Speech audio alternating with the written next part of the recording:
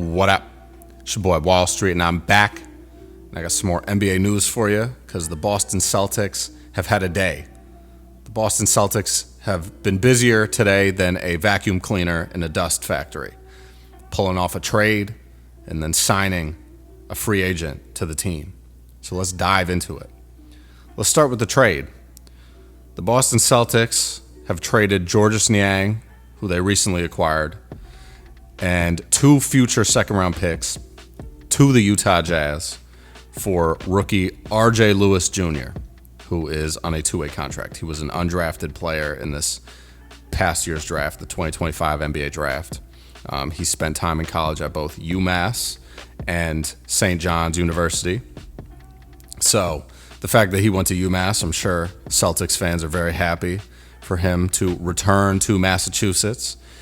And I think it's a decent move. The main move that they did here with this is to get under the second apron. The Boston Celtics have been shedding salary like it's nobody's business since the end of the season. So they're now $7.8 million below the second apron. And that's incredible. They have reduced their payroll in totality from $540 million to $239 million since the NBA draft. So it's just incredible. Brad Stevens is just working overtime over there trying to make everything possible. So they're doing what they have to do. And then let's get to the free agency signing. They signed free agent Chris Boucher, who most of you probably know as, being with the Toronto Raptors. He also played 1 game in his career for the Golden State Warriors in the 2017-2018 season. So he is technically a 2-time NBA champion, once with the Warriors and once with the Raptors in back-to-back seasons, I'll add. So very impressive, very impressive. And he averaged 10 points per game this past season, 17.2 minutes a night, 50 games played. And he was also the G League MVP at one point. I'm not sure exactly what year it was, but he's a solid player, and he can do a lot of things on the court. He can stretch the floor. Excuse me. He shot 36% from 3 this past season. Shot 49% from the field overall. He'll get you a couple of rebounds, a couple of blocks here and there, maybe. So that is what it is. He was also 8th in 6th Man of the Year voting back in 2021. So he's a very solid vet to have on your team. But let's talk about Georges Niang, right? Because Georges Niang got traded from the Atlanta Hawks to the Boston Celtics. And that was the 3-team deal that got Kristaps Porzingis in Atlanta. So now Georges Niang is going back to Utah, where he spent time from 2018 to 2021 playing for that franchise.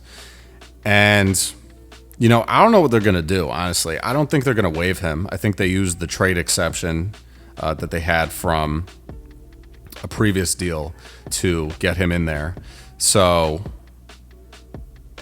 I don't know. I think it's good to have Georges Niang as a vet on that team, right? I don't think there's any reason to waive him or anything like that. Kevin Love is still on the Utah Jazz. A lot of people thought he was going to be bought out or waived immediately after getting to Utah. So I think what Utah is doing is good, right? Georges Niang is a very solid player. He's been with the franchise before. Kevin Love has not been with the franchise before, but Kevin Love is, one of the best players that I've seen, as I've grown up watching the NBA. The guy was just an absolute animal back in the day when he was with the Minnesota Timberwolves. And then when he got to the Cavs, obviously they won a championship, but he was not the same Kevin Love that we saw in Minnesota. But nonetheless, a great player, has been in the league since 2008. So can really show the young guys how to move and how to do things. I think he'd be a great mentor for Kyle Filipowski. I also think Georges Niang just has that grit. So alongside Kevin Love, I think both of those dudes are going to be able to really show guys the ropes and show them how to really navigate the league. So I don't know what else the Celtics are going to get up to. I think RJ Lewis Jr. has some potential. He's a 6'7" shooting guard / small forward. He's 22 years old. And, he's probably not going to get a ton of time playing at the NBA level. He is on a 2-way deal. But we'll see what happens, man. But the Celtics continue to make moves. They are strategically retooling their roster to prepare for Jason Tatum's return in not this upcoming season, but the following season, the 26-27 season. Obviously, he's still recovering from that Achilles injury that he sustained in the playoffs against the New York Knicks. And that's that. So the NBA is becoming a league where you have to be hyper-focused on your team's salary structure and the players that you have, because these apron rules and, diving into the luxury tax is just becoming unsustainable. And it's a good thing for the league, but it's just making teams really evaluate their rosters very closely. So that's all I got, guys. Let me know what you think about what the Celtics are doing in the comments down below. And I'm going to catch you guys later, man. Stay up, stay blessed, stay safe, stay humble, handle business, stand on business. Peace out.